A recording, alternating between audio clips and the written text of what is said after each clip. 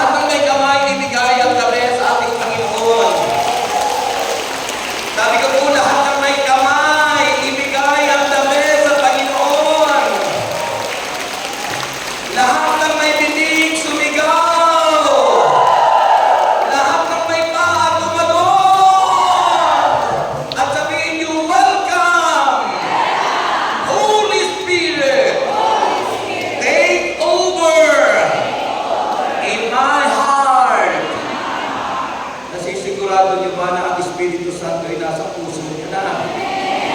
Sino nakakasigurado? Nasa puso niyo na ang Espiritu Santo? Ha? Mahina naman. Para kayong mga senior citizen mo sumagot.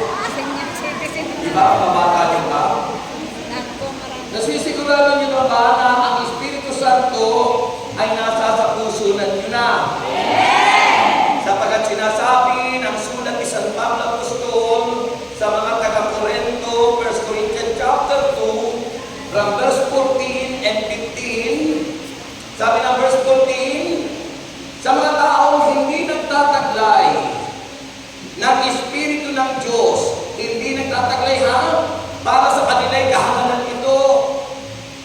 Pinagtatawanan tayo.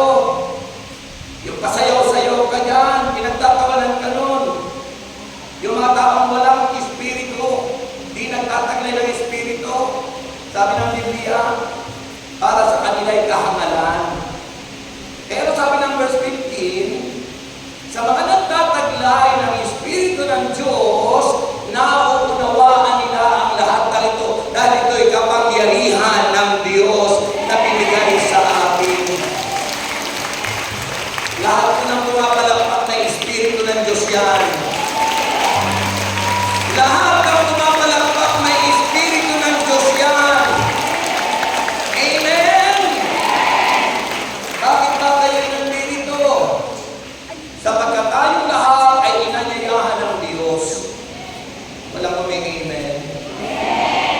Sino naniniwala sa inanyayahan ng Diyos? Huwag kayong mahirap tumaas ang kamay. Dahil ang hangin naman ay magpunta ron. Bukas ang inuunahan. Kaya ang hangin magpunta ron. Huwag kayong mahihiya tumaas ang kamay. Amen? Okay, sinong naniniwala sa inanyayahan ng Panginoon? Taas yun na mataas. Kaya sabi kasi ng Biblia, kanina umaga kasi, pagkagising ko, Lord, ano kayo ipapahayag natin doon sa Taysang? Kasi galing ako kami sa Las Piñas, ang daming kandidato. Alos maubos yung oras. Sila'y nagsalita, okay lang naman sa akin. Kasi wala naman sa haba ng salita yan. Nasa sa anointing o power ni God na inyong tatanggapin. Naku, walang power ang inyong God. Amen. Pati pat amin eh, parang pinatatambahan na. Wala sa haba ng salita, kahit na maigsi yan, kung may kapangyarihan at inyong tatanggapin, diyak lahat ng may sakit, gagaling. Gagaling! Amen? Sabi kasi ng Panginoon, the great invitation, Matthew 11:28, come to me. Come to me, all of you, who are heavy-laden and burdened, and I will give you rest. Sabi ron sa Tagalog, lumapit kayo sa akin, kayo lahat ng napapagod, kayo lahat ng nabibigatan ng inyong mga pasali, at kayo aking pagpapahinga. Pasalin ninyo ang inyong pamato, at mag-aral kayo sa akin. Narito tayo para sa paanyaya at para mag-aral ng salita ng Diyos. Ang tawag ng salita ng Diyos ay ito'y healing message. Sabihin nyo, healing message. Ulitin nyo, healing message. Kaya pag kayo'y nakinig ng healing message, tinitiyak ko sa inyo na ang kapangyarihan ng Diyos ay dadadoy sa inyo lahat ng inyong dinadalang masasamang sakit at karamdaman, tiyak lalaya kayo't gagaling. Yung hindi naniniwala, tiyak tutuloy may sakit pa rin. Tandaan niyo po, ang pananampalataya, Romans chapter 10, verse 17, ang pananampalataya ay nag-uumpisa sa pakikinig. Kaya yung mga tao hindi nakikinig, walang pananampalataya yun.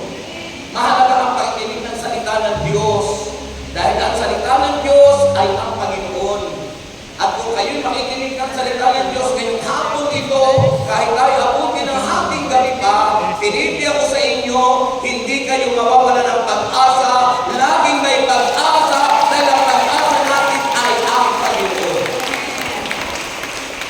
Mahina. Okay? Hindi pa ako nagbabasa ng healing message. Introduction pa lang yun. Ito ang healing message. Pakinggan nyo ito. Makinig kayo. Sabi po rito sa Mark chapter 13, Marcos, Kabanata 13, talata 24 hanggang 32. Ito ang sabi ng banal na kasulatan. Subalit sa mga araw na iyon, pagkatapos ng kapighatiang iyon, magdidilim ang araw, hindi magliliwanag ang buwan, malalaglag mula sa langit ang mga bituin, at magugulo ang mga kapangyarihan sa kalawakan. Pagkatapos makikita nila ang anak ng tao na nasa ulap o alapaap, may dakilang kapangyarihan at karangalan. Susuguin niya ang kanyang mga anghel sa apat na sulok ng daigdig upang tipunin ng mga ito ang mga hinirang ng Diyos. Hinirang tayo. Pag hindi kayo hinirang, hindi kayo makakasama doon. Dahil lahat ng hinirang yung mga tumutugon sa panawagan at kaanyana. At ang sabi ron, unawain ninyo ang aral mula sa puno. Mula sa puno ng igos. Kapag sumisigol na ang mga saka nito, ay nagkakadahon na. Alam ninyong malapit na ang tag-araw. Gayun din naman, kapag nakita ninyong nangyayari na ang mga bagay na ito, malalaman ninyong malapit na ang kanyang pagdating. Siya'y halos naririto na. Tandaan ninyo. Hoy, tandaan ninyo. Magaganap ang lahat ng ito. Sabi ni Jesus, tandaan daw natin, magaganap ang lahat ng ito.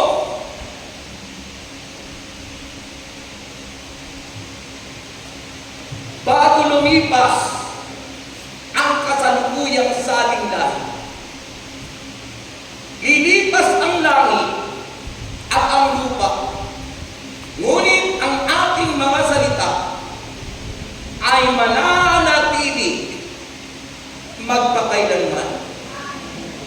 Ngunit walang nakakaalam ng mga araw o oras na iyon, kahit ang mga anghel sa langit o ang anak man, ang ama lamang ang nakakaalam nito. Mga kapatid, ang mabuting balita, anong nakakatakot? Ang mabuting balita ng ating kaligtasan.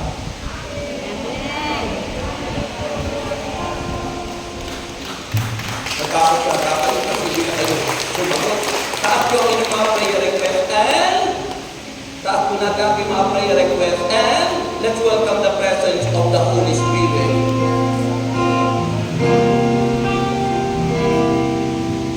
Welcome, Holy Spirit. We are in your presence. Fill us with your power. Live in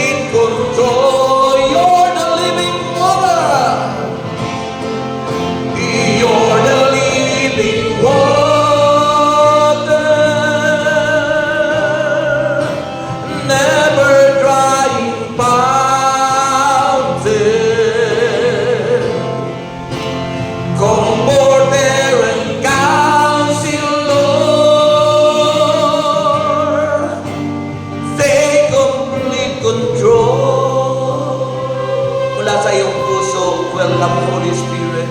Welcome, Holy Spirit. We are in your presence, Holy Spirit.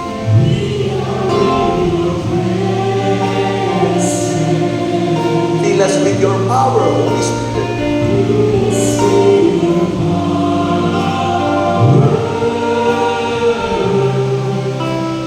Live inside of me. Taas ang inyong mga prayer requests. Yan ay katibayan na kayo may pananampalataya sa Diyos. Kung hindi nyo man naisulat, ibulong nyo sa Panginoon. Kasi sabi ng banal na aklat, present your request unto God. Kaya ngayon pinipresent natin sa Diyos ang ating mga request, ang ating mga kahilingan, bilang ibig sabihin tayo sa Kanya lang umaasa at wala tayong ibang maaasahan kundi Siya lang. Diyos na mga pangyarihan, ninabi namin, Lord, na ito'y masamyong handog para sa iyo. Ang aming pong mga alay ay tanda ng aming mga sarili. Ito'y nagre-represent ng aming buhay. Kaya kami nagtitiwala sa iyong katapatan. Basbasan mo po ang mga kahilingang ito at inaangkin po namin by faith na kaming lahat ay answered prayer. Answered prayer. Answered prayer. At ibabalik po na maraming pagpapala, siksikling gumaapaw ang aming mga offering sa ngalan ni Jesus. Anong sagot? Anong sagot? Okay, taas ang kamay at dahan-dahang maupo. Habang kinumulekta ng mga sexy collectors. Sabi ko po, sexy collectors.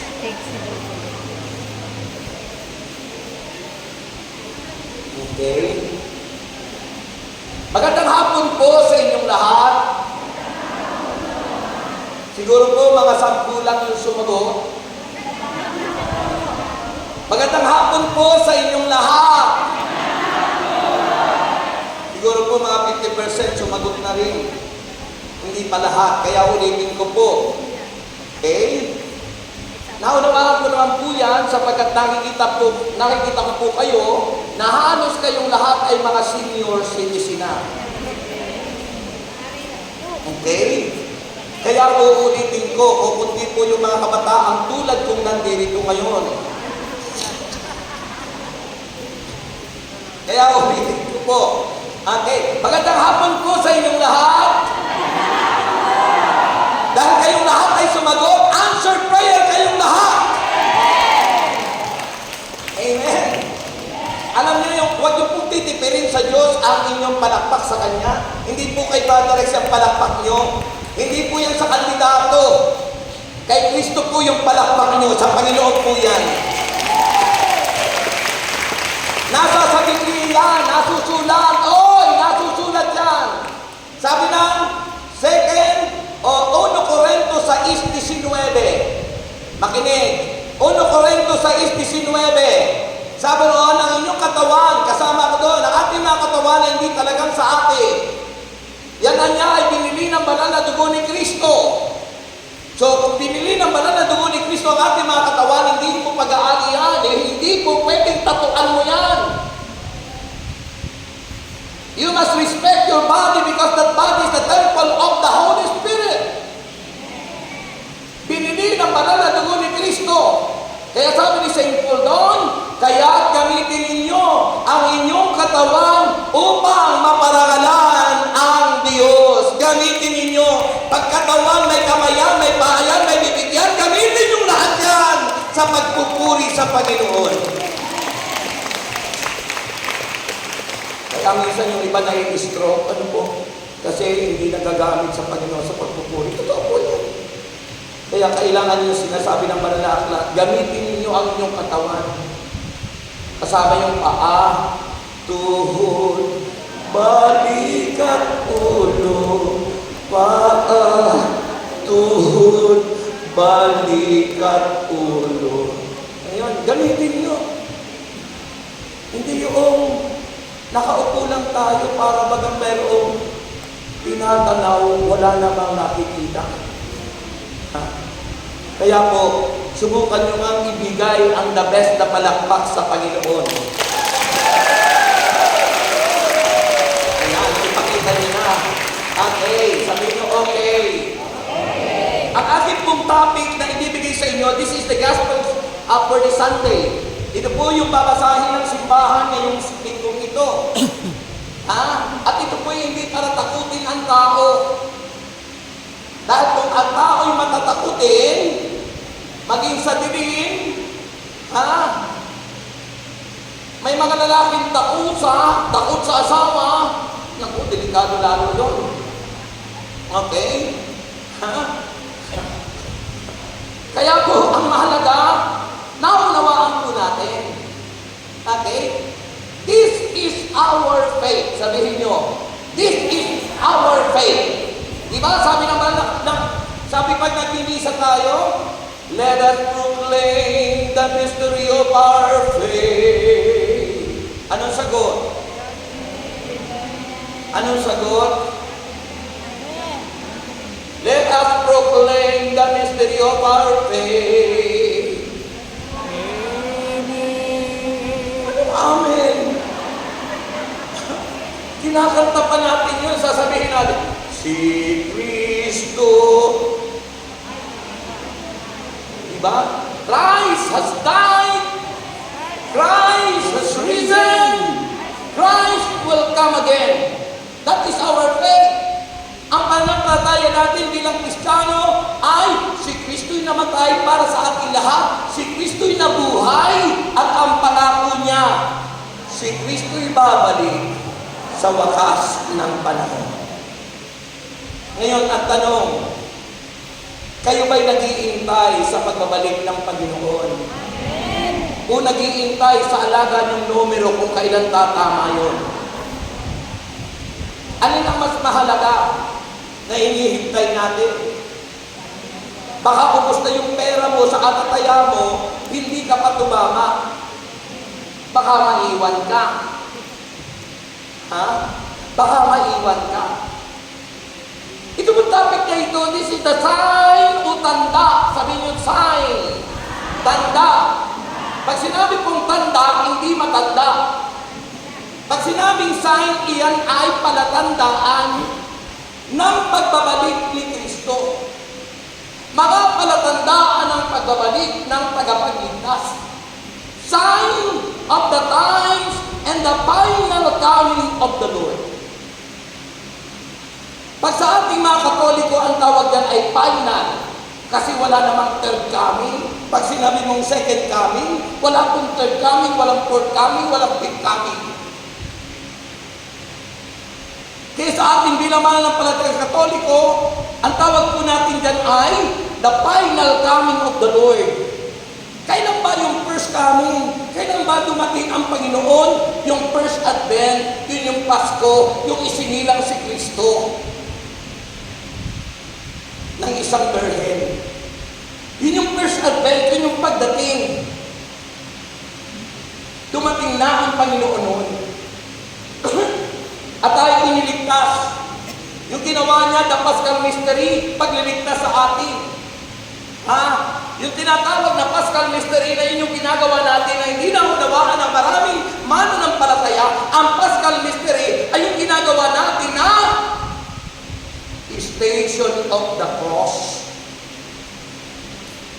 Ang Station of the Cross ay yun yung pagpapakahirap ng Panginoong Jesucristo. Na dapat tayo ang gumawa nun. But because God loves us so much, mahal tayo ng Diyos. Kaya wag ka munang matulog, mamaya na lang hapon gabi.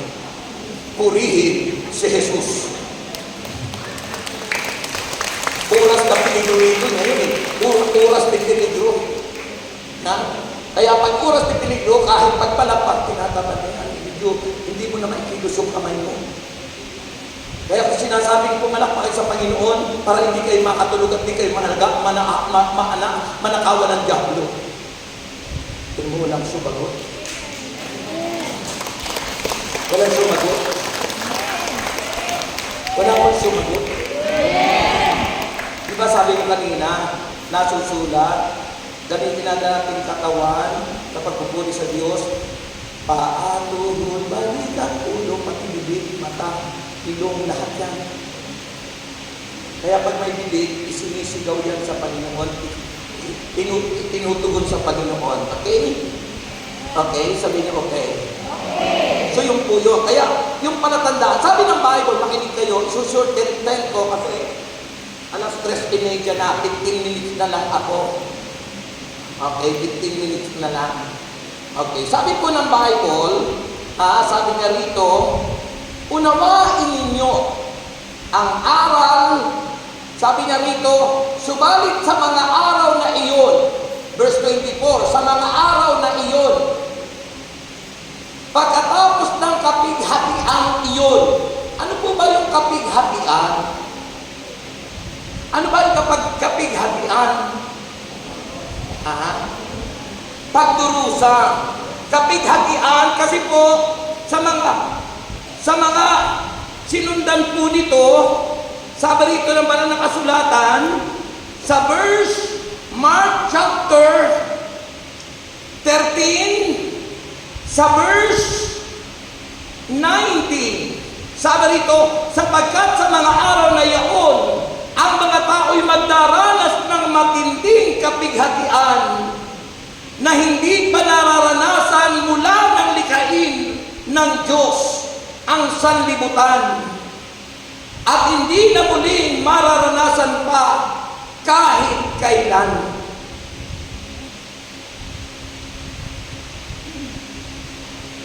Narinig niyo yun? Pagkatapos sabi nun sa verse 14, Mark chapter 13 verse 14, mga sign, mga palatandaan, kapag nakita ninyo ang kasuklam-suklam na kalapastanganan na nasa dakong di dapat kalagyan, kasi hindi dapat sa doon lumagay dahil yun ay kalalagayan dapat kang Panginoon. Sino po ba yung kalapastanganan ito? Yun yung Antikristo na magpapakilalang siya si Kristo. Ay, nakakulong yata. Ay, sorry. Nakakulong yata. May nagpapakilala ng Kristo. Pero sa Biblia, may magpapakilalaan niya at nangyayari na nga sa kapanahunan.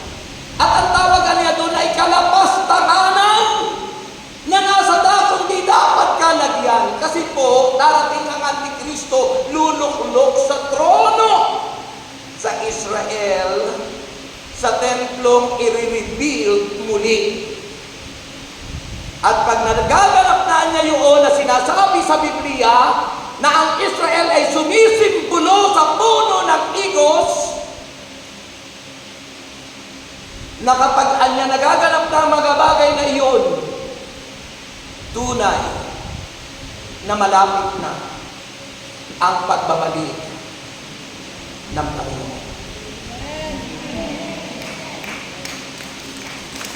Ano po bang nangyayari ngayon sa Israel? Diba? Gera. Laban sa Palestine. Nag-aaway-away. Saan magdako? Hindi ba ang Israel, ang mga Hudyo, hindi nila tinanggap si Kristo at nag-iintay pa sila ng tagapagligtas at sila'y mag-i-receive ng nakalapastangan yung gagawin ni Satanas. Dahil akala nila yun ang kanilang hinihintay. Kisa pa rito, kapag nangyayari ng mga bagay na yun, kapag nangyayari na, sabi nga, subalit sa mga araw na yun, yung sinabi ko kanina, pagkatapos ng kapighatian yun yung kalapastanganan, magdidilim na ang mga araw. Anong ibig sabihin ng pagdidilim? Hindi naman po literal yun. Ano pa ba mga pagdidilim na yun?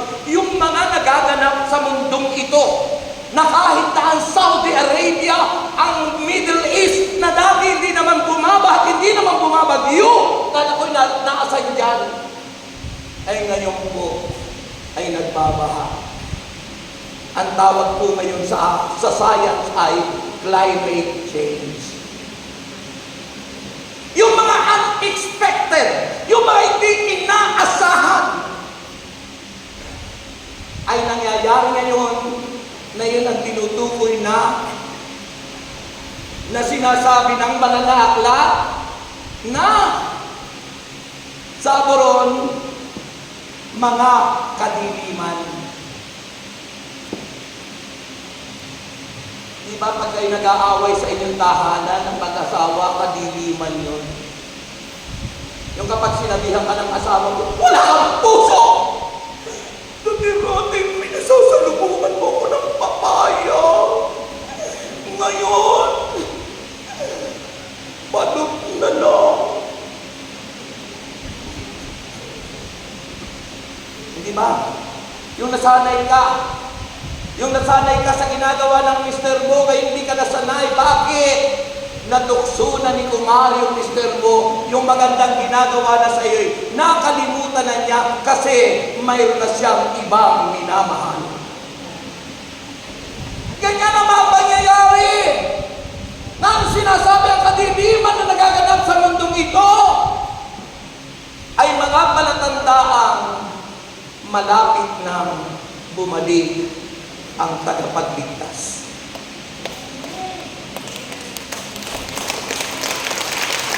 Yung pumapalakpak yun, yung mga nakakaunawa, yan yung may divine wisdom. Yan yung may divine wisdom, yung mayroong mga pangunawa. Kaya sila'y pumapalakpak, nauunawaan nila ang mensahe ng Espiritu ng Diyos. Eh siyempre kung hindi mo naunawaan, bakit ka naman papalakpak? Diba? So yung po yun. And remember, always remember, sabi ng Bible, Hosea 4:6. Dito ang tingin. Hosea chapter 4 verse 6. Si Propeta Hosea ay nag-proclaim, nagpahayag, na sabi niya, ang aking bayan ay napapahamak dahil sa kanilang kamangmangan. Pag ang tao'y mangmang, wala yung preparation, walang paghahanda yan. Para sa kanila kahalayan, tagal-tagal na sinasabi, darating na. Kailan dumating unang Panginoon ng Pasko, pinagdiriwang natin? Dumating na. Iniligtas tayong lahat. Pero yung ayaw maligtas, hindi na tinanggap sapagkat ang second coming for your life, for our life, mga kapatid, ay ano? Yung tanggapin natin sa buhay si Jesus. Kapag naghahari si Kristo sa buhay natin, it means to say, you receive Him, tinanggap mo siya, dumating siya sa buhay mo, si Kristong tagapagligtas. Ngayon tanong ko, dumating na ba sa buhay niya si Kristo? Dumating na? Ay bakit ganun pa rin yung mga pag-uugali natin? Dahil kung dumating na si Kristo sa buhay natin, ang ugali natin katulad ng Jesus. Di ba sabi ng Bible? If anyone is in Christ, he is a new creation. The old has gone and the new has come. 2 Corinthians 5:17. Ang sino man nandiyan nakipag-isa na kay Kristo, tinanggap si Kristo sa kanyang buhay, ay isa ng bagong nilalang. Wala na niyang kanyang dating pagkatao, siya'y bago na dahil ang Diyos ang gumawa nito sa kanya.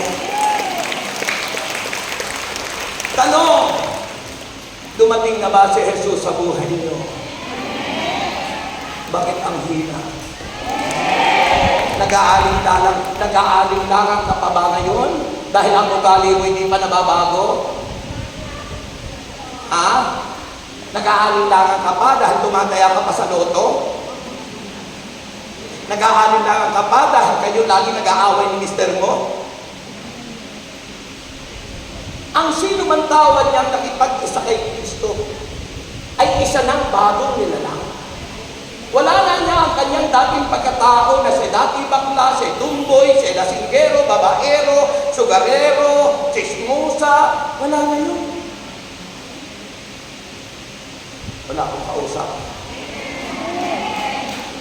Para wala akong kausap. Ito mo, kukunti yung narinig ko, pumapalakpak para wala akong kausap.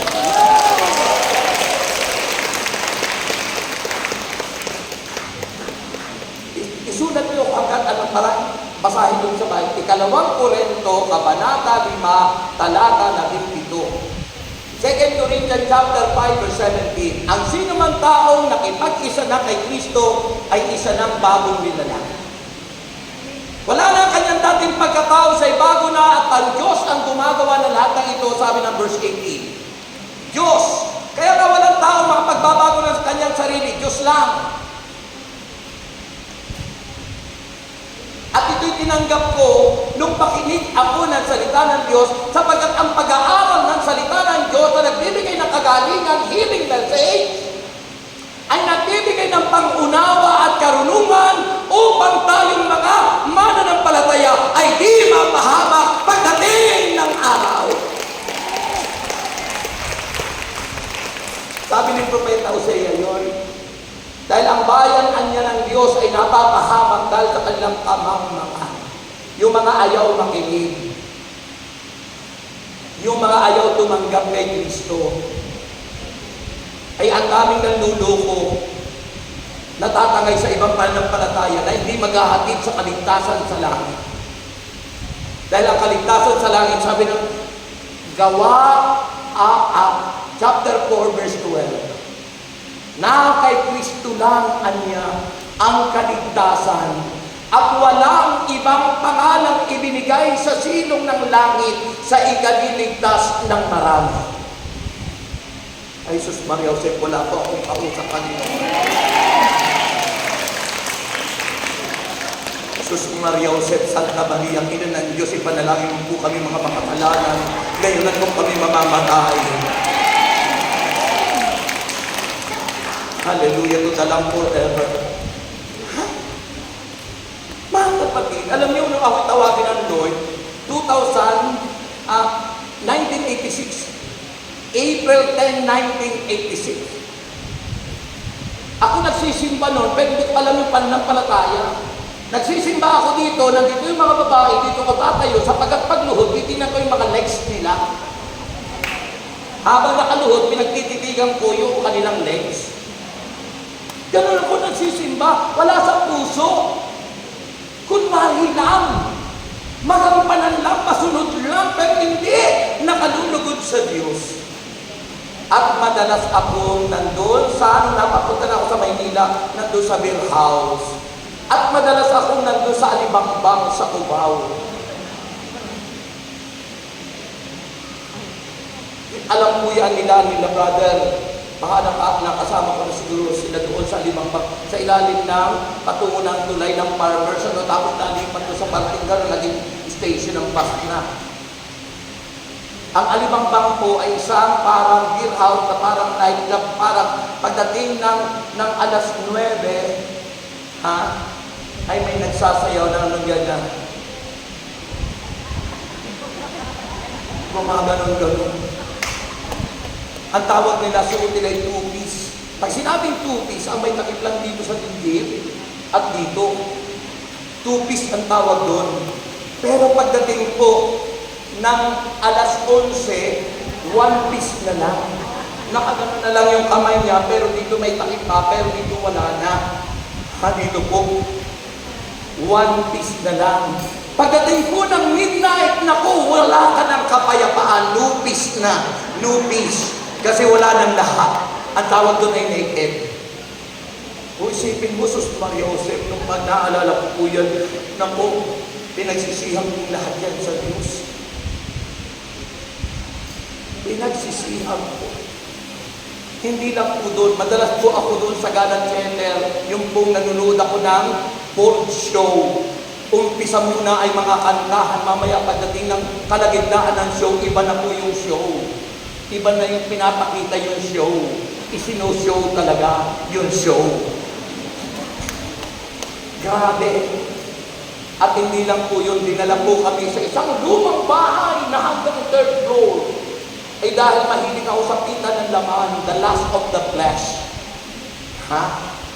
Alam niyo ba yung pita ng laman, Galatians 5:19, sabi ron, hindi ba ikakaila ang magawa ng laman, pangangalo niya, karimari-marim na pamumuhay. Kahalayan yung ginagawa ko, kahalayan. Pagsamba sa Diyos-Diyosan, pagkukulang, pagkapuot, pagkagalit, panilibugho, kasakiman, pagkakabahabahagit, kampi-kampi, pagkainggit, paglalasin, walang taros na pagsasaya tulad ng disco, Dancing in Satan and Company, disco, D-I-S-C-O, Dancing in Satan and Company. Walang taros yung pagsasaya. At iba pa niyang tulad nito, kagaya ng shabu at sigarilyo.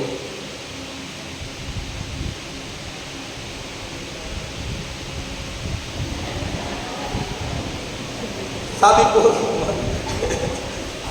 sa Galatians chapter 5, verse 19, hindi tatanggapin sa kaharian ng langit ang gumagawa ng gayong mga bagay. Isa man sa ganong mga bagay na ginagawa natin pag tayo namatay, ay hindi tayo tatanggapin sa langit pag di tayo nagbalik loob sa Diyos. Isulat niyo yun, Galatians chapter 5, verse 19, and following. Para at least maiwasan niyo po yun. Yung po ang pita ng laman. At doon po ako natutok doon sa karimari-marim at kahalayan. Dinala po kami sa lumang bahay dahil mahilig nga po ako manood ng board show. Ngayon sabi ron, kailangan makikita niyo yung talagang kuweba ni Eva.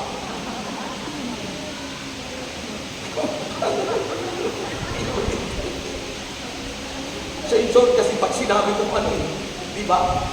Pero bago nyo kayo manood doon, kailangan kayo anyang punasan mula ulo hanggang talampakan ng malaki, ligam-gam na tubig. Mainit-init. So nakahiga naman kami kanya-kanyang kwarto. Naghihintay kami.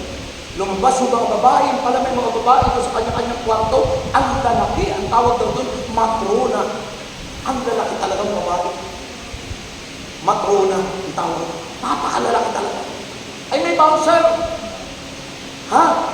May mga pinagagawa yung mga babae. Pag hindi namin sinunod, sisipain yung dingding. Ay, ang dingding po ay parang lawanit lang yung pagkakadivision. Kaya susunod ka. Kasi hindi raw kami makakaakyat sa taas hanggang di namin ginagawa yun. Hindi naman pala, hindi naman totoong mayroon sa taas. Yung pala, yun na yun. At yung pala'y may camera na nakatutok sa amin, at yung pala'y nire-record para gawin DVD.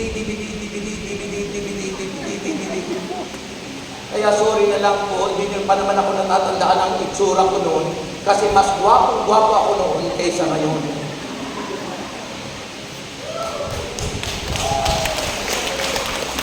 Isipin mo yun, nabiktima kami. Yung pala yung kaya nga pala Chinese po yung mag-asawang may-ari ng bahay. Kaya pala kami kinulong doon. Dahil yung kanyang nire-record yung aming ginagawang hindi tama. Ako naman hindi gumagawa, sumusunod lang ako sa ginagawa ng bahay. Kasi ako natatakot. Dapat kasakit. Kanya lang, pag sinisipa nyo, natatakot ako, lalaking bouncer, baka ako ibubugin. Kaya po, sunod-sunuran na lang ako. Ay bata pa po ako noon. Wala pa ako noong 30, mga magto-20 plus pa lang ako noon. Nag-graduate ko lang noon sa high school. O isipin niyo po yun. Pero tingnan niyo po, kay buti ng Panginoon. Sa lahat ng ginawa kong kasalanan, nagkasakit ako. Sakit sa puso. Enlargement of the heart. Lumalaki raw yung puso ko at mayroong rheumatic heart disease. Kala ko yung rheumatic hanggang paa lang yung rheuma. Yung pala pati puso kasama yung rheumatic heart disease tao. Nagkaroon ako ng spot sa baga, nagkaroon ako ng ulcer, nagkaroon ako ng hepatitis, at nagkaroon pa ako ng kung ano-ano pa. Pero tingnan niyo po, nung ako'y tumugon sa panawagan ng Diyos, lahat ng yun pinagsisihan ko. At dumating sa akin ang pagdating sa buhay ko, ang tagapagligtas, tinanggap ko siya.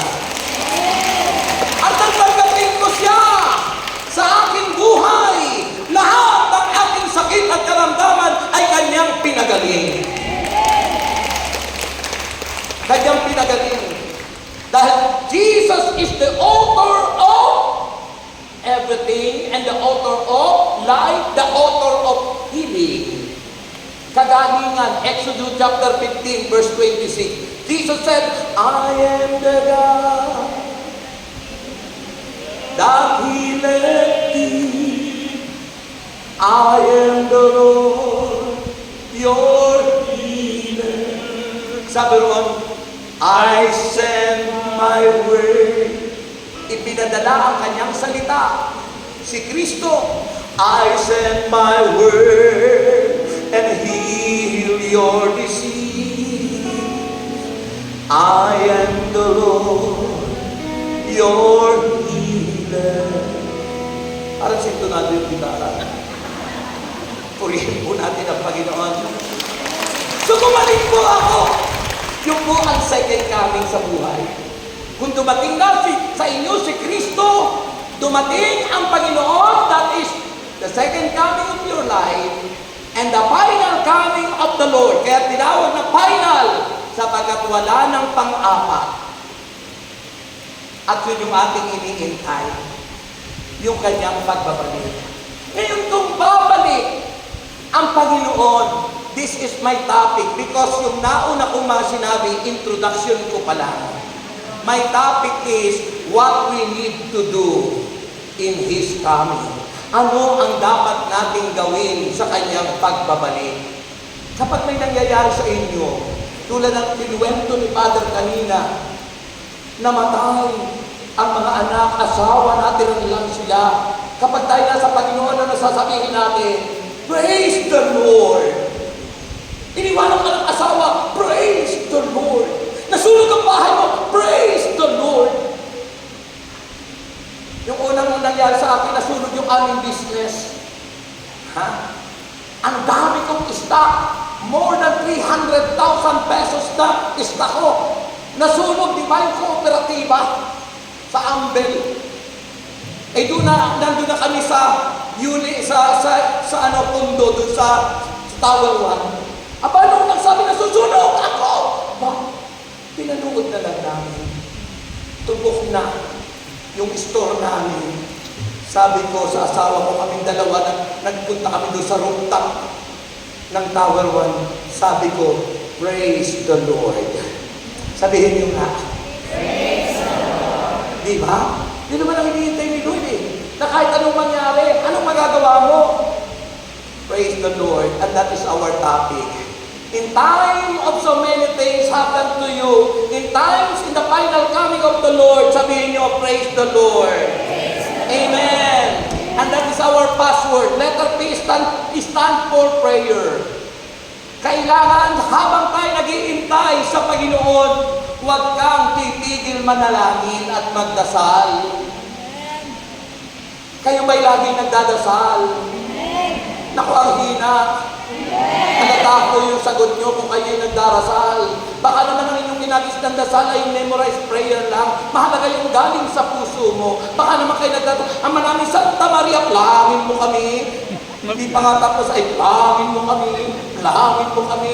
Abay, okay lang ako galing sa puso. Eh, pero kung nagmamadali ka at wala sa isipan mo, at sagot mo, plangin mo kami. Instead na, ipanalangin mo kami. Lang. Di ba? Ay matatanda na nagdadasal. Langin kami. Hindi tinatapos, plangin mo. Hindi patapos yun. Namumuno plangin mo kami tagasagot. Hindi po ganun.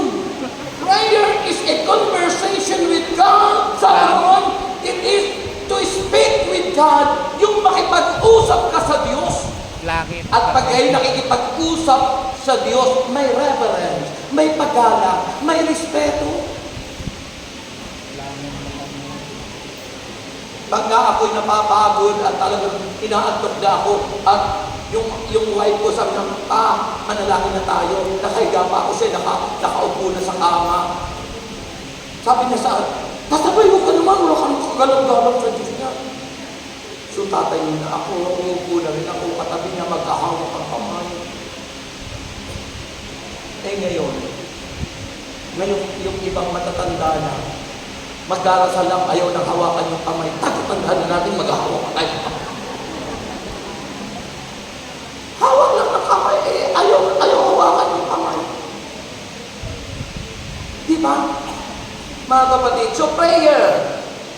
Letter P stand for prayer. To speak to God, Matthew 26, verse 41, watch and pray. Sa paghihintay natin sa Panginoon, magbantay daw tayo at manalangin, watch and pray. Matthew 26, verse 41. Colossians chapter 2, verse 2.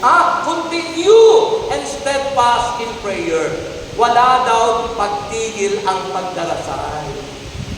Kung wala tayong magagawa na tumulong sa material na bagay, mas matindi ang pagdarasal ay may tutulong natin sa mga taong nangangailangan. Ang hina! 1 Thessalonians chapter 5, verse 16 to 18, pray without ceasing. Manalangin daw tayo ng walang humpay.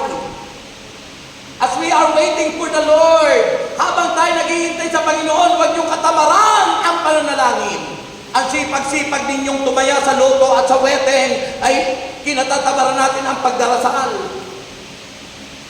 Ang sipag-sipag natin pumunta doon sa mga SM, sa mga mall. Pero sa pagdarasal, kinatatabaran ng marami. Ba't ganyan ang tingin mo sa akin, sister? Letter R sa praise. Ito ang pangalawa na dapat natin gawin. Ano yung una? Prayer. Ano yung una habang naghihintay sa Lord? Anong dapat gawin? Prayer. Manalangin, pray. Letter R, repent. Magbalik loob sa Diyos. Repentance, it means turning away of our wicked ways. Ang talikuran natin lahat ng ating maling ginagawa. Repentance is to change our mind, to change our heart, and to change our action and character. Baguhin natin ang ating isip, yung lagi nag-iisip ka, baka may kabit na yung asawa ko, baka yung kumari ko, kasama na naman niya. Baguhin mo yung isip mo. Kung ano yung isipin at sabihin nyo ang mangyayari sa iyo. Huwag kang mag-isip ng masama at huwag kang mag-negatibo ang pag-iisip. Laging positibo ang isipin mo. Sabihin mo wala kang sakit, yayaman ka, sasagana ka, good health ka! At kaya mangyayari sa iyo. Repent for Cameron. Ang repentance, it means to express sincere regret or remorse about one's wrongdoing. So, ang repentance, pagbabalik loob, baguhin ang isip, baguhin ang puso, baguhin ang ugali, baguhin ang ginagawa.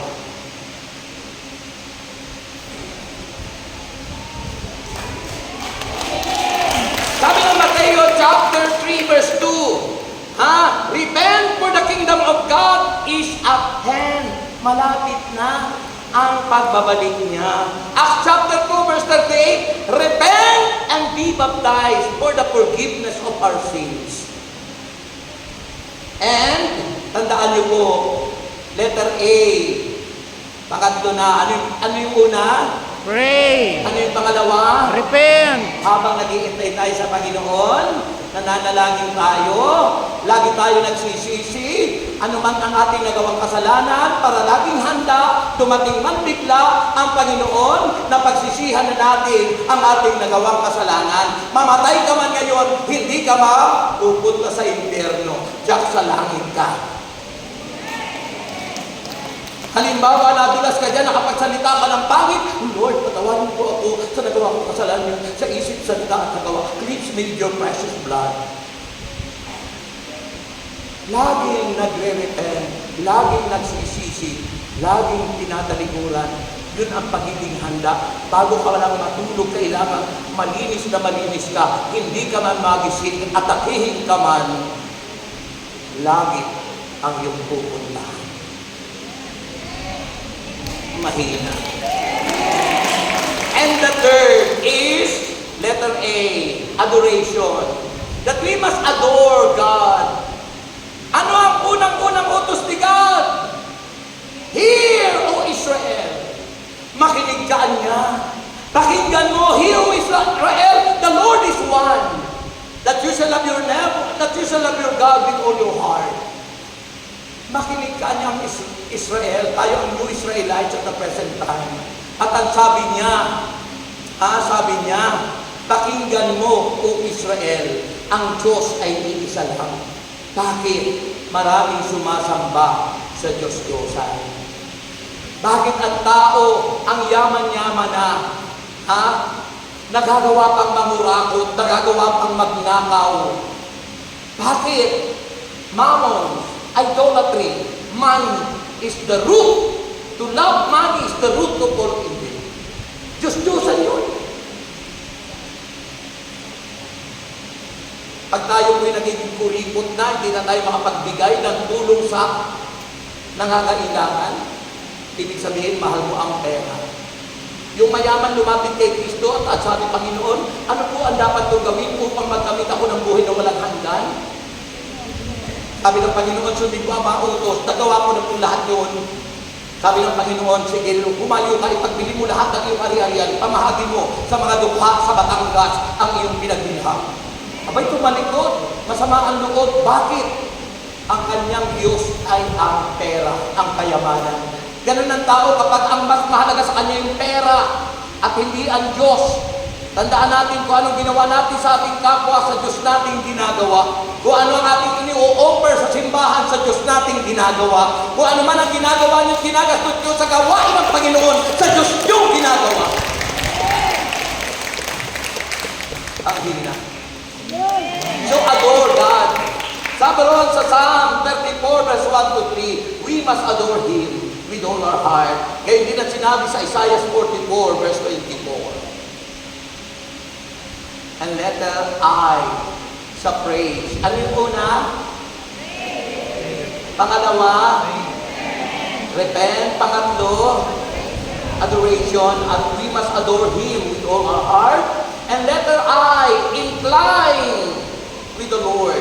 Incline with the Lord. It means wanting to do something or likely to do something. Sabi ng Proverbs chapter 4, verse 20 to 22, my son, attend to my words. Incline thine ear unto my saying. Kailangan daw pakinggan natin mabuti yung sinasabi ng Diyos. Pakinggan natin. Incline your ears unto God. Listen to His Word. Makinig tayo. Unang pagbasa, ginagawa natin unang pagtulog. Pangalawang pagbasa, tulog na tulog. Pagdating sa gospel, nananaginip ka na. Kaya maraming Katolikong nawalay at natagay ng iba kasi walang alam. For lack of knowledge, it is dangerous, mga kapatid. Pero kung kayo may alam salita ng Diyos, kahit anong dumating na nagpapaliwanag, alam mo ang tama, alam mo ang totoo, sapagkat ang Diyos ay nasa sayo. Alam mo naman ang palatandaan, marami ang nalilitaw ng mga bulaang propeta, marami masasabing siya ang Kristo, siya ang tagapagligtas. Ngunit sabi ng Panginoon, ang mananatiling tapat hanggang wakas, ang siya lamang maliligtas. Yan yung nakaunawa, yung bumalakpak na yun. Diba?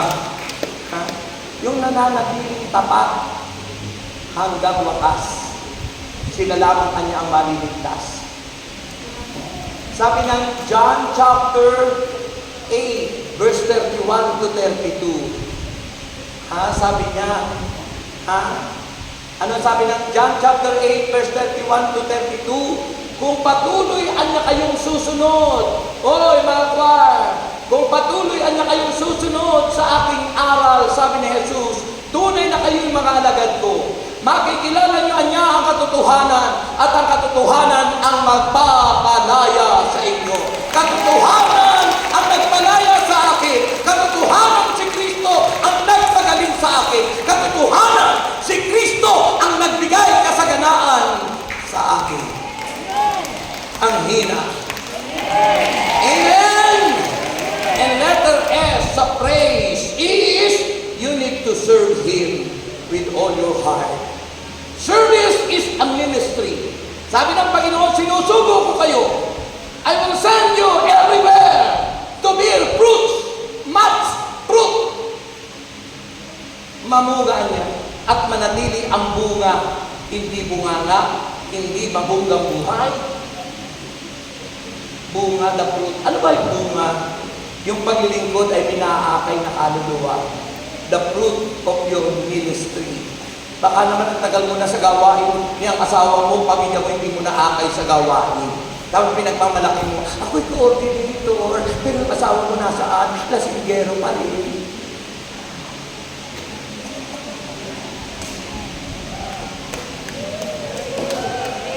Your first community is your family. The priest in our home is the parent, the father and mother. That we need to invite them.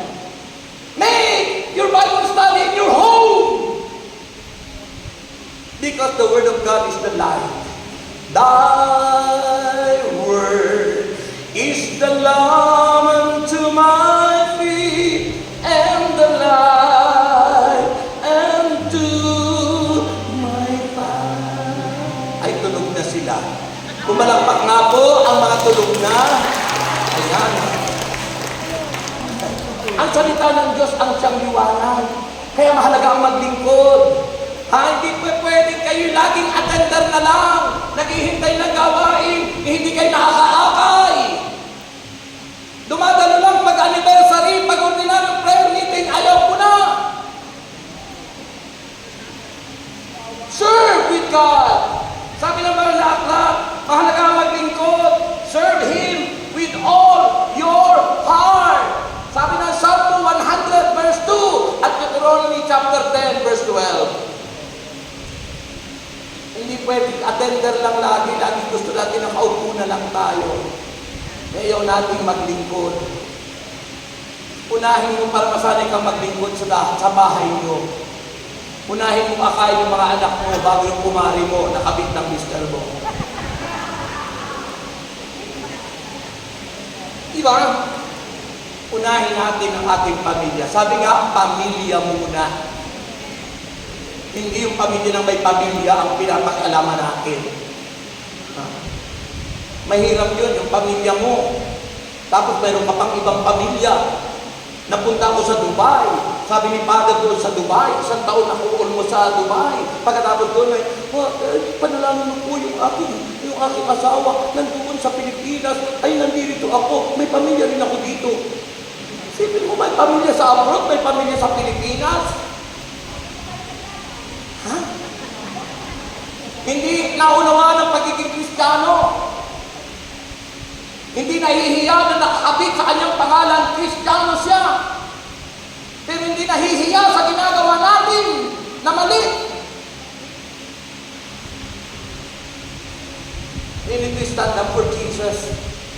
Yan si Kristo ang truth, katotohanan, ang magpapalaya sa atin. And finally, ayun na kayo. Nagalakan ang aking nalaraman sa tuwing ako'y nakikinig ng banal na salita. Nalaman ko ang susi ng kanyang mga himala. Sa gabay ng likod niya, nagpala ay nasa kamay.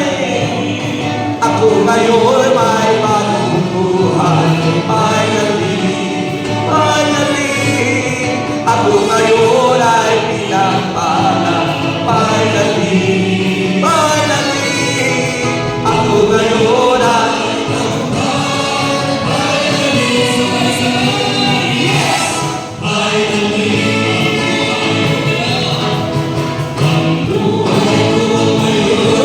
sumayaw! Sayaw kayo!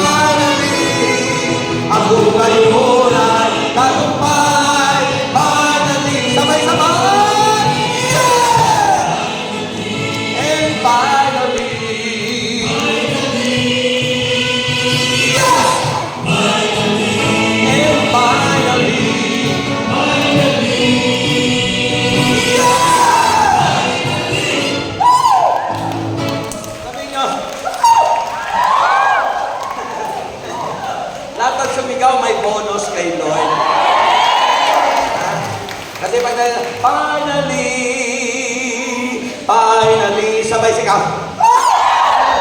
Oh, may bonus kay Lord yun, yung sumigaw na gano'n. Di ba? Gusto yun ng bonus?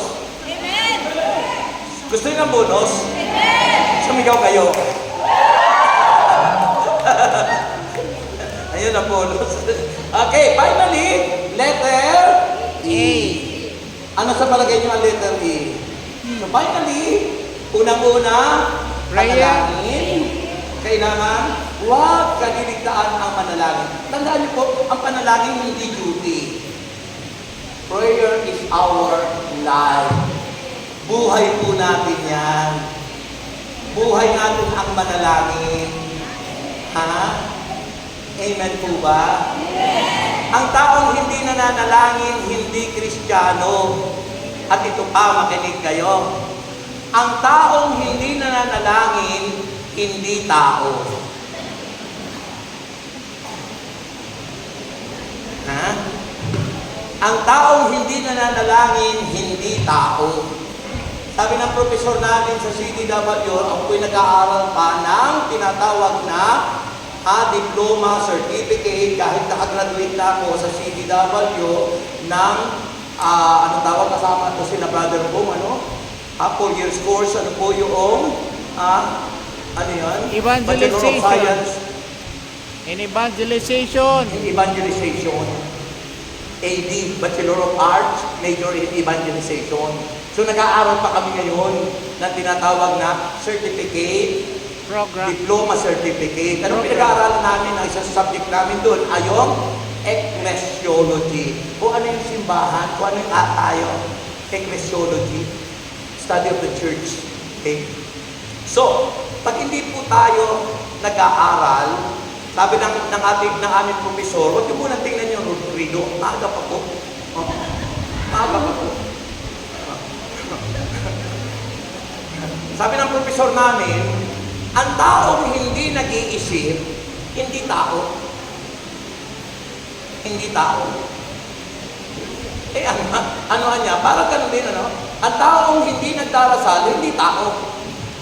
Iba ang hayop, hindi nagdarasal. Ang tao hindi ang hayop hindi nag-iisip. Kahit saan-saan lang, dumudumi, kahit kung anong ginagawa nilang hindi tama. Kasi hindi sila nag-iisip. Ang tao may isip. Pero minsan may mga tao hindi ginagamit ang isip. Amen? Ang tao binigyan ng Diyos ng abilidad. Pero naghihirap ang tao kasi hindi ginagamit ang abilidad. Ang tao binigyan ng Diyos ng wisdom, karunungan, kaalaman. Kaya naghihirap ang tao, hindi ginagamit yung karunungan at kaalaman. At siya na kailangan gawin ng mga politiko, turuan sa mga ganon. Amen. At pag yan ay ginawa ng mga politiko, uunlad ang bayan. Amen. So finally, is entrust. Itiwala mo. Ipagkatiwala mo sa Diyos ang buhay mo. Ibigay mo sa Panginoon. Entrust yourself to God or entrust everything to God. Lahat. Ipagkatiwala mo. Sabi sa Proverbs 16:3, ipagkatiwala niyo sa Diyos lahat ng inyong kabalisahan. At ang Diyos ang kukup.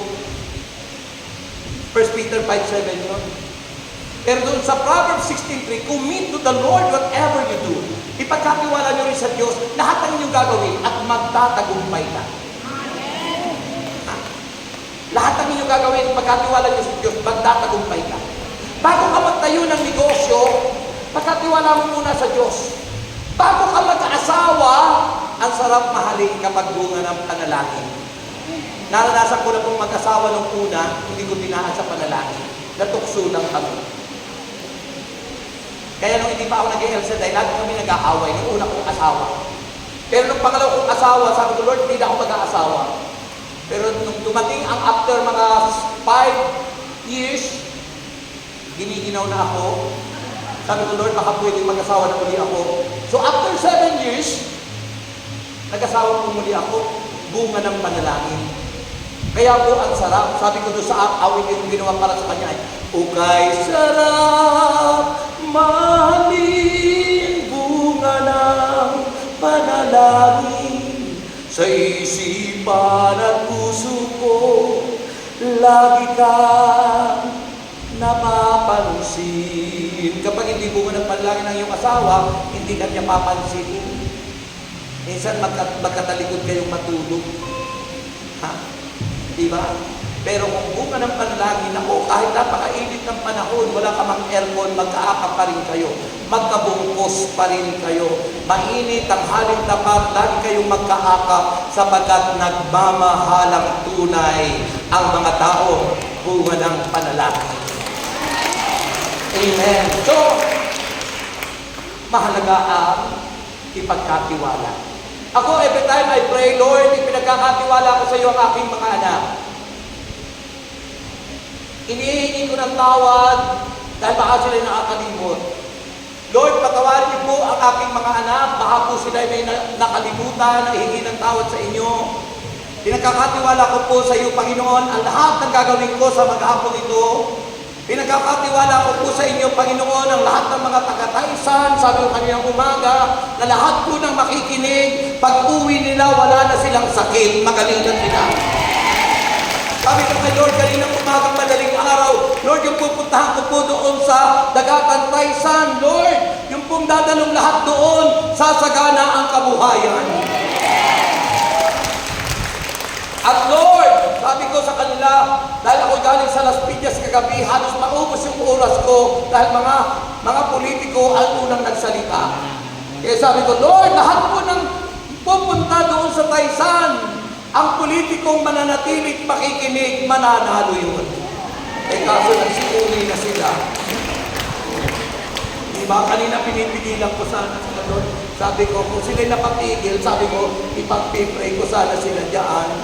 Ay nag-uwian na. Okay, halimbawa mahalaga, salita ng Diyos. Okay, taas ang kamay nyo. Kasi mayroong panay na antigin ng rilos dyan. Okay, taas natin yung kamay. Ha? We will serve the Lord even when trials come. Declaring. We will serve the Lord. Just close your eyes. Ipigit lang inyong mga mata. From the love of God, we are more than conquerors. No one can defeat us. We are the chosen generation. We are the son of God. Come on! We will serve the Lord. We will serve the Lord. As for me and my house, we will serve the Lord. We will serve the Lord. We will serve the Lord. As for me and my house, we will serve the Lord. We will serve the Lord. We will serve the Lord, even when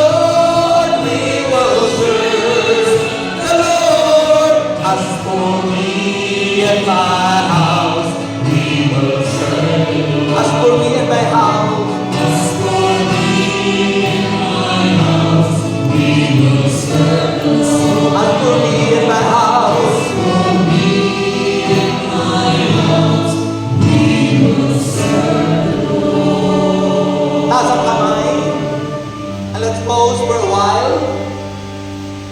Let's pause. And let's feel the presence of God as we are waiting for the final coming of the Lord. Kailangan kayong titigil manalangin. Laging magbaliloob sa Diyos, repentance. Sambahin lang natin siya, adore Him with all your heart. And incline with the Lord. Ang ating mga tainga, lagi natin idikit sa Panginoon. Pakinggan natin ang kanyang tinig. And letter S, maglingkod tayo, service. Habang naghihintay tayo, maglingkod tayo. Huwag kayong susuko. Kahit anong pagsubok dumating sa buhay nyo, huwag kayong titigil maglingkod sa Diyos. Kahit na kayo sinusubukan pa, pinatitigil na, kahit na kayo ay sinisiraan pa, don't give up. Serve Him with all your heart. And siyempre, panghuli, entrust yourself and entrust everything to God. Sa Diyos mo, itiwala, iasa ang lahat-lahat habang tayo nag-iintay sa Diyos. Just close your eyes. Let's invite the presence of the Holy Spirit. Come, Holy Spirit, I need you. Come, Holy Spirit, I need you.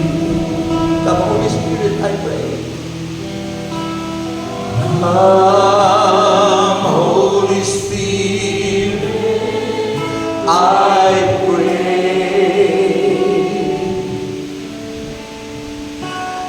Come with your strength and your power. Come in your own spatial way.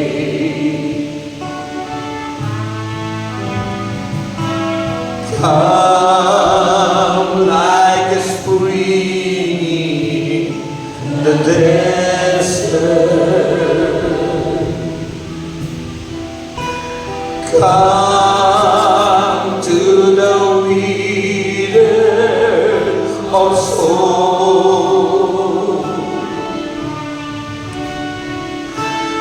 Lord, let your sweet healing power touch me and make me whole. Let's hum the song softly from your heart. The Spirit of God is moving. Ang Espiritu ni Kristo ay sumasa atin. Ang Espiritu ng Diyos ang siyang gumagabay sa atin. Ang Espiritu ng Diyos ang naglilibang sa atin. Ang Espiritu ng Diyos ay kapangyarihan natin. Ang Espiritu ng Diyos ay kalakasan natin. At siya'y nagpapagaling sa mga oras na ito. At dumadaloy sa ating mga katauhan at sa ating buhay ang kanyang kapangyarihan. O Diyos, inaangkin namin ang iyong pagkilos. Inaangkin namin ang iyong pagpapagaling, ang iyong pagpapalaya sa sino mang inalipin ng masamang espiritu, maging mga alipin ng mga bisyo at anumang mga alok ng mundo. Inaangkin ko po ang kagalingan, ang kalakasan, ang himala sa buhay namin. At umaangkin namin, Panginoon, na dumadaloy na sa mga oras na ito ang iyong kapangyarihan. Sa pangalan ni Jesus. Sa pangalan ni Jesus. Come on. Yes, the Spirit of God is moving right now. Halina, halina, halina, Espiritu Santo.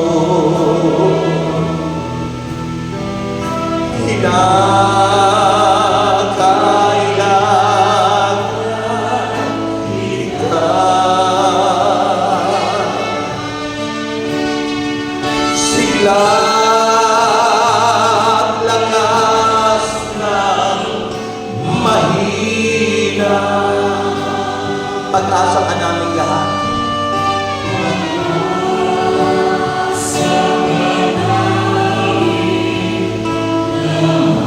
nyo ngayon ang inyong kamay sa inyong ulo.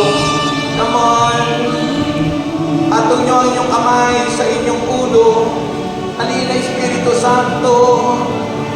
Dumalin ka sa aming buhay. Dumalin ka. Yes, in the name of Jesus. By the power of the Holy Spirit. Sinasabay ko ang uri ng sakit at karamdaman. I rebuke whatever kind of sickness. In Jesus' name. Hula ba ba ba ba yala ba ba sikitara raba sikitara ba handara hula ba raba yala ba handara siya yekatara ba ba sando. Hallelujah, hallelujah, hallelujah. Receive, receive, receive, receive the healing power. Be healed. Be healed! Be healed!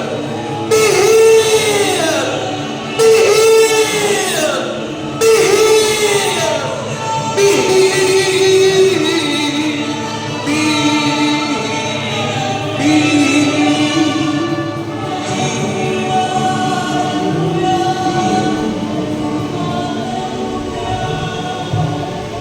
Patuloy siyang kumikilos. Patuloy siyang nagpapagaling. Patuloy na dumadaloy ang kanyang kapangyarihan. It's by faith that you receive healing. It's by faith that you receive the anointing and power. It's by faith na tinatanggap niyo ngayon ang kagalingan, ang kalakasan, ang himala, ang biyaya, ang kasaganaan, ang mabuting buhay, ang tagumpay ng mga anak, ang tagumpay ng negosyo, ang tagumpay sa hanap buhay. Receive!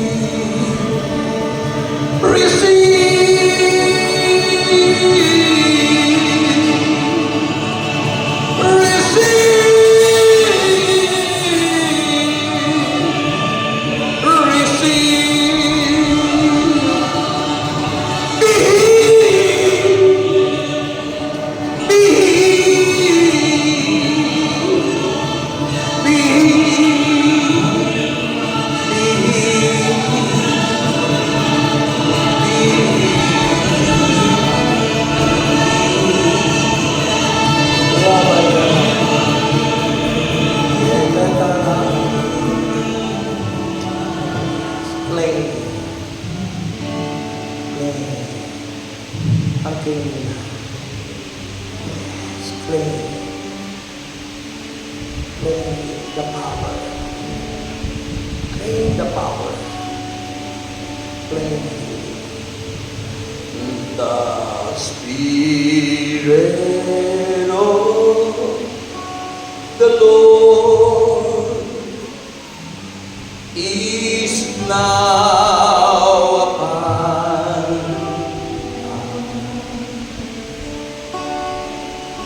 to heal the broken heart and set the captives free. Malaya na kayo. To open prison's door and makes the blind to see. The Spirit of the Lord is now on me. Yung po nakakaranas ng kagaligan, pwede niyong itaas ang inyong kamay. Lahat ng nakakaranas ng kagalingan, taas mo ang kamay mo ngayon. Magtiwala ka't manalig. Wala ka ng sakit.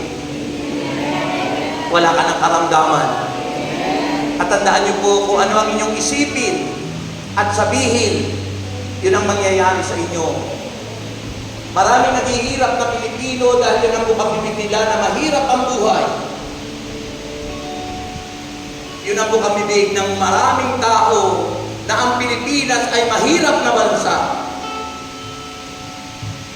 Pero sa ating mga mananampalataya, mayaman ka na. Mahina. Eh di ba sinasabi natin yon? Ha? Sabihin mo ngayon, I am healed. Magaling na ako.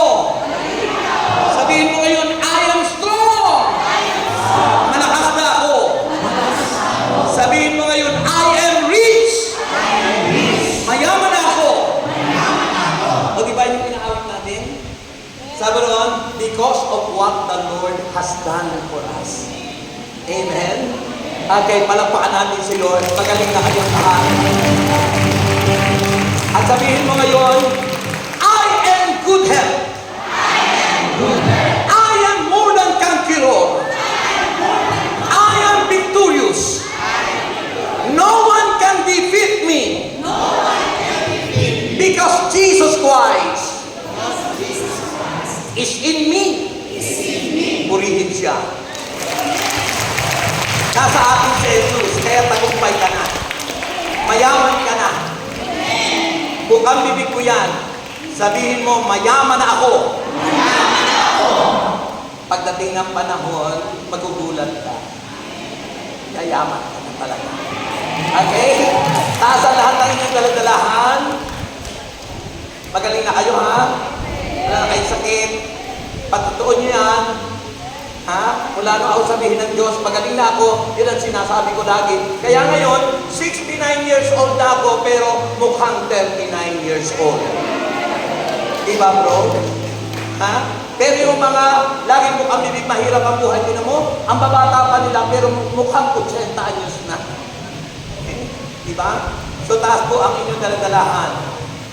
Ha? Daladalahan nyo, itaas nyo po. Ako'y naniniwala na ang inyong mga bag bago magpasko, pupunuin ng biyaya ng Panginoon. Ang ating pong General Assembly ay sa November 20. Diyan po sa San Pascual, Bailon. Alas 8 ng umaga hanggang alas 4. Kailangan maaga doon ang mga manggagawa kasi mayroon tayong enhancement. Yung po yung pag-aaral ng workers. Yan. Yun ang mga attender natin kung pwede kayo darating ng mga alauna o alas 12. Okay? Handa na po kayo? Taas lahat yan. Yung pong inyong bag, pupunuin ang biyaya ng Panginoon. Maniwala po kayo. At maraming blessing na darating ngayong Pasko. Maniwala kayo. Kaya para kayo mabahagi na ng biyaya ng Diyos, kumuha na kayo ng ticket para sa ating Christmas celebration. Kaya tiniti ako sa inyo, walang matatalo, lahat panalo. Naniniwala kayo? Okay. Ang naming Diyos, magpasa na mga bag na ito, mga wallet, passport, tubig, at lahat ng aming tinataas, Panginoon. Ang lahat po, Panginoon, ang naglimiting makarating ng Amerika. Dahil si Brother X America ay nandito na, sign na po yun para kami makarating ng USA. Narating ko na po yun sa Los Angeles. Kaya Panginoon, inaagi ko po, lahat ng nagtimithi, makarating ng ibang bansa, bigyan niyo po sila ng visa para sa bansang yun. At pagpalain ng alang kabuhayan, pamilya at mga anak, at lahat, Panginoon, ng mga inalipin ng masabang bisyo, palayain po sila at maghari ka para sila'y baligtas, Panginoon. At pagbabalik mo ay ang pangako mo, ang aming haratnan, ang buhay na hahantong sa langit. Ayaw namin, Panginoon, sa impyerno kasama ang aming mamahal sa buhay. Ang mga picture na ito tayo tinataas po namin. San man dako ng mundo sila nandoon, abutin mo po sila ng iyong mapagpalang kamay. Nais din po namin silang maligtas at nais po namin makasama sila sa iyong kaharian in due time. Lord, inakin na po namin na kami lahat ay answered prayer na at pinuho mo na ng biyaya at pagpapala.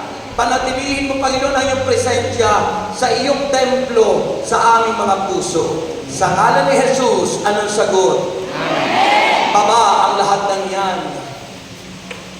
Baba. Kung overnight sana tayo, ililihan ko pa kayong isa-isa, kaso ay tapos na po tayo. tayo kasi baka gagamitin na yung simbahan.